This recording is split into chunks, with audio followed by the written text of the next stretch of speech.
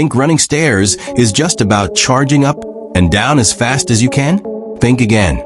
Because here's the truth, most people who run stairs are actually destroying their knees, burning out their lungs too early, and missing 70% of the muscle-building potential of this killer workout. You might be one of them and not even know it.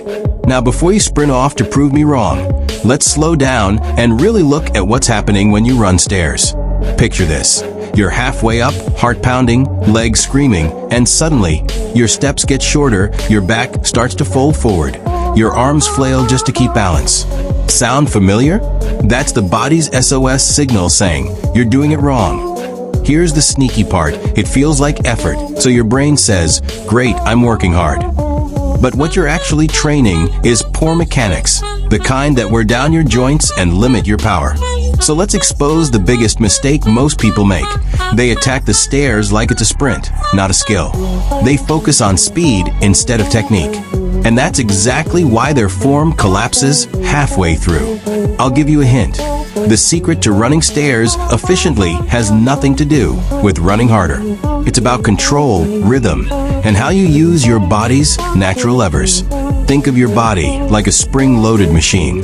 If one part fires out of sync, you waste energy and kill momentum.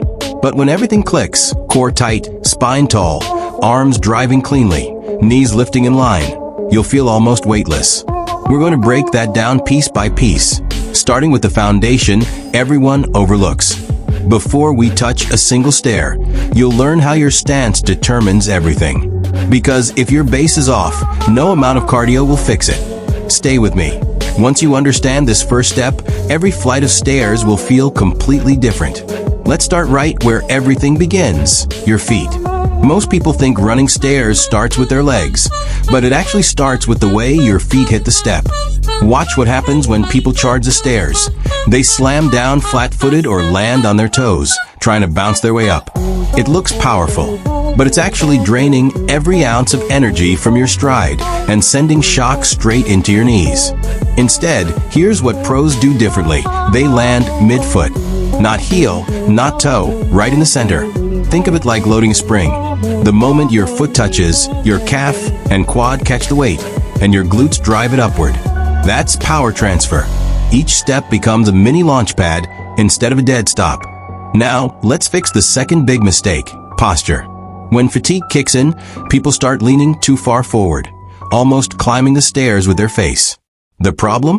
That folds your torso, shuts off your core, and turns your run into a knee-dominant grind.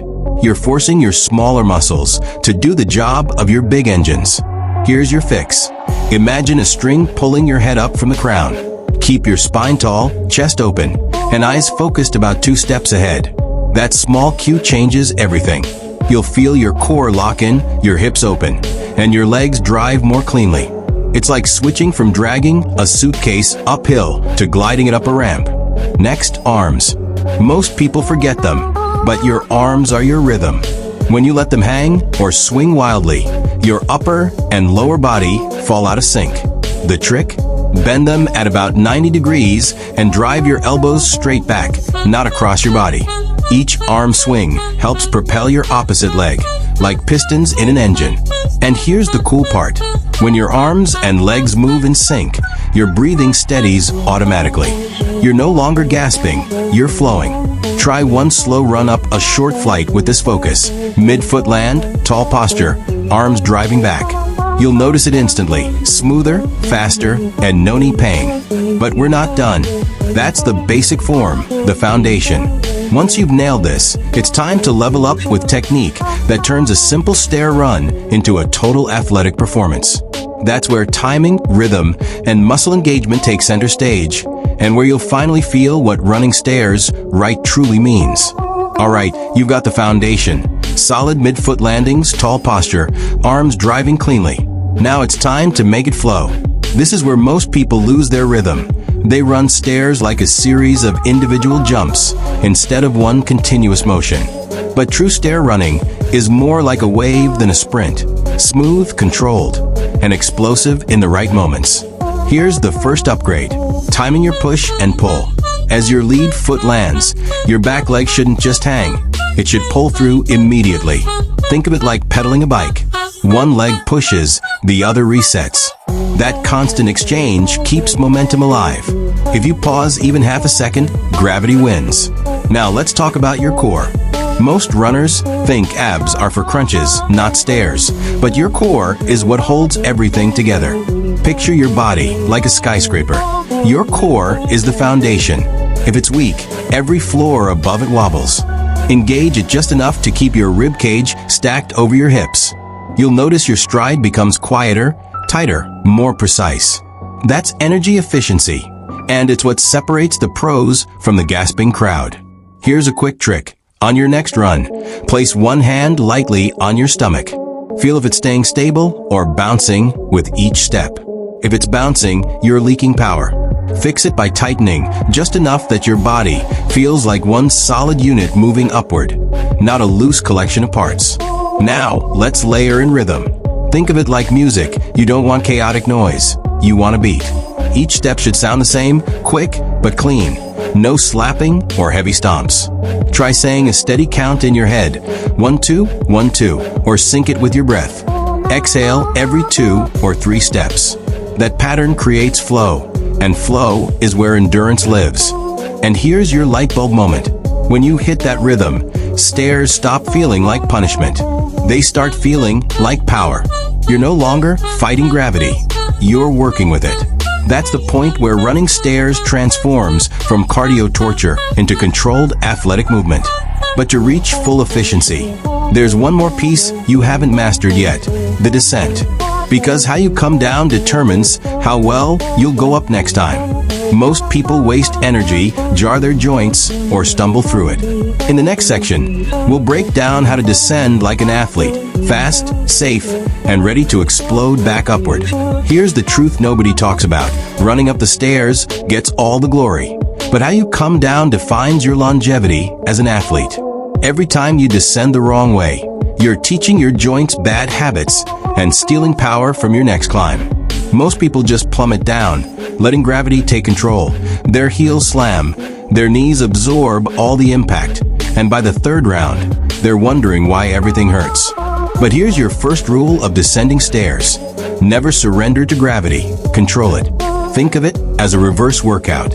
Every step down is a chance to build eccentric strength, the kind of muscle control that prevents injuries and sharpens your power for the next burst upward. Start with your stance again. Stay light on your feet, knees slightly bent, core engaged. You're not stomping, you're gliding. Keep your eyes focused 2 to 3 steps ahead, never down at your toes. Why?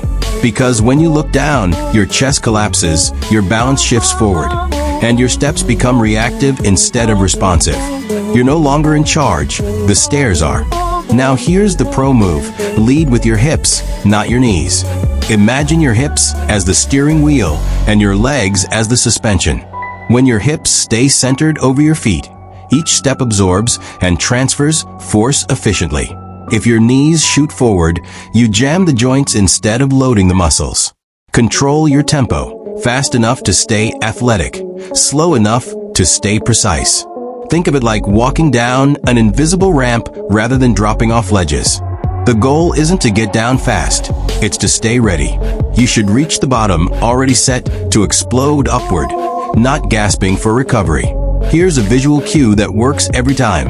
Imagine you're descending on hot coals, light, quick, silent. Each step barely touches before the next begins. You'll feel your calves, hamstrings, and glutes working like brakes on a high-performance car. Smooth, not jerky. That's how you protect your joints and build strength in one motion. And here's your checkpoint. If your descent feels like falling, you're doing too much. If it feels like floating, you've nailed it. Now that you can ascend with power and descend with control, it's time for the final evolution. Integrating explosive performance, how to build endurance, speed, and balance, so stair running becomes your secret weapon for total athletic conditioning. Ready to unlock the advanced phase?